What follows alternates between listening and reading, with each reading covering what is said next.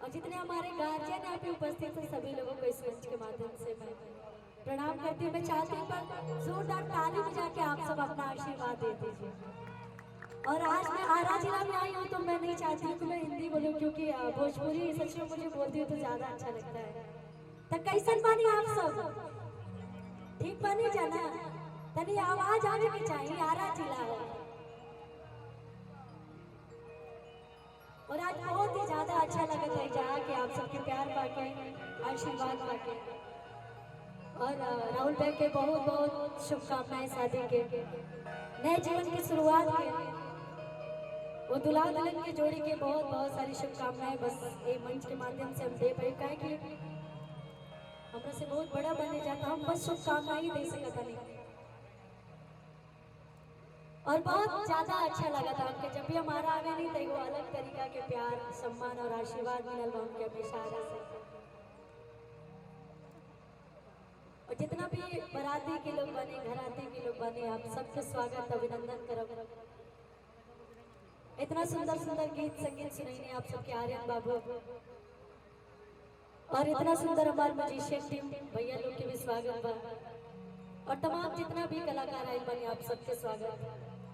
और अंकित साउंड तो मतलब जवाब ही नहीं आपका, मैं तो बहुत बार इस साउंड पे गाई है, बहुत अच्छा।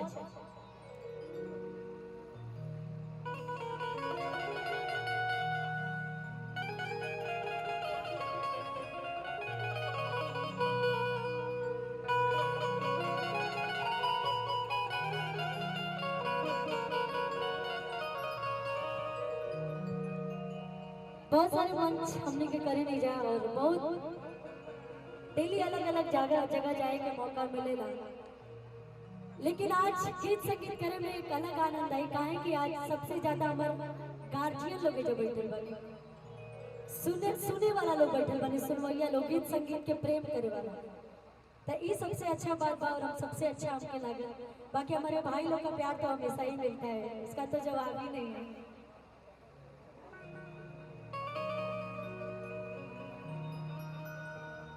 हमारे विकास भैया का भी बहुत बहुत धन्यवाद।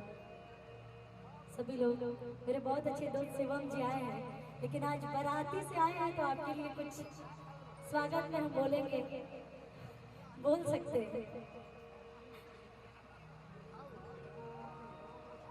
कौनो भी शुभ कार्य करे से पहले हमने के सनातन धर्म हिंदू धर्म में माई के याद के गलत है। हम चाहब कि अपन कार्यक्रम के शुरुआत है वो माई के सुमरन से करी, ओकरा बाद से आप सबके जैसन फरमाइश हुई, जैसन आदेश हुई।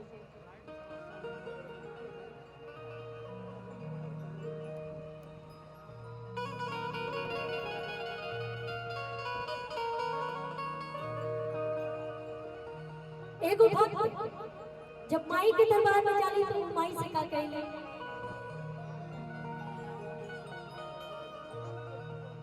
माई महारानी एक है, लेकिन इंसान के भक्ति भाव प्रेम अलग अलग तरीका से होला।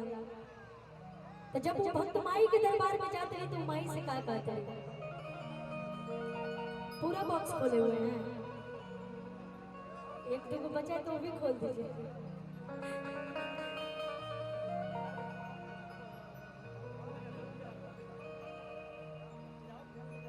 कि घर घर जाएंगे तू भुगाला गइलो, हमारो नसीब नहीं चरण के दूर,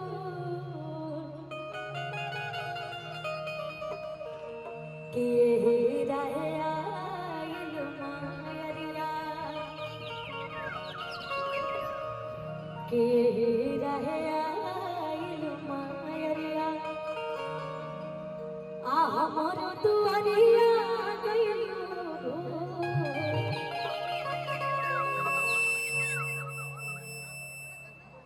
ढेर तारीफ का दिल का कि यही रहे आइल मायरिया। प्रेम से बोली साचे दरबार की जय, मैया सेना वाली की जय। केहू की आवाज नहीं क्या तनी आप चुप रहो, हम देखल चाहते नहीं कि कितने लोग एक जगह जमाई से प्रेम करेगा। जे माई से प्रेम करते हैं पर दोनों हाथ ऊपर उठा ले। जितना भी लोग पीछे भी हमारे जितना लोग बानी जे माता रानी से प्यार करते हैं वो हाथ उठाए, जे ना करते हैं ना हाथ उठाए, काहे कि हम जबरदस्ती ना करो। प्रेम से बोले साचे दरबार की मैया सेना वाली की बाबा कि घर घर जाए के तू भोगा वाला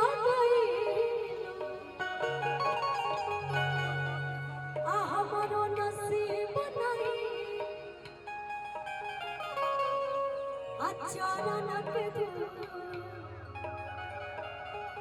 हो कैसे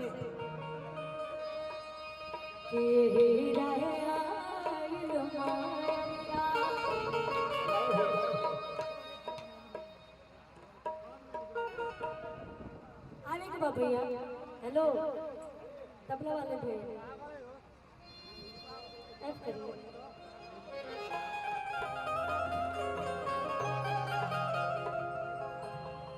हमारो नसीब नहीं अचानक तू बिरहिया में बजा कि यही रहे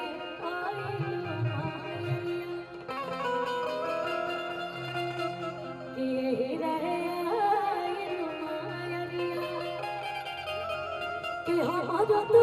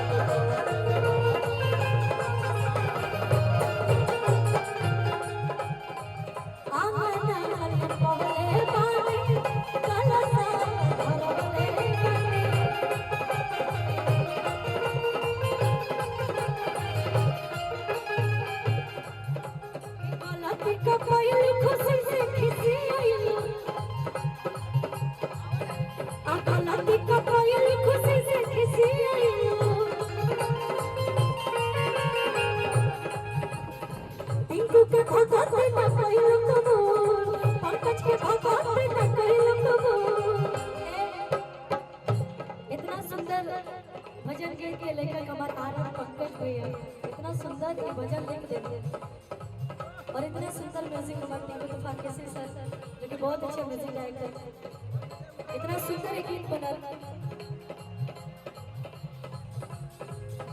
कि यही रहे आए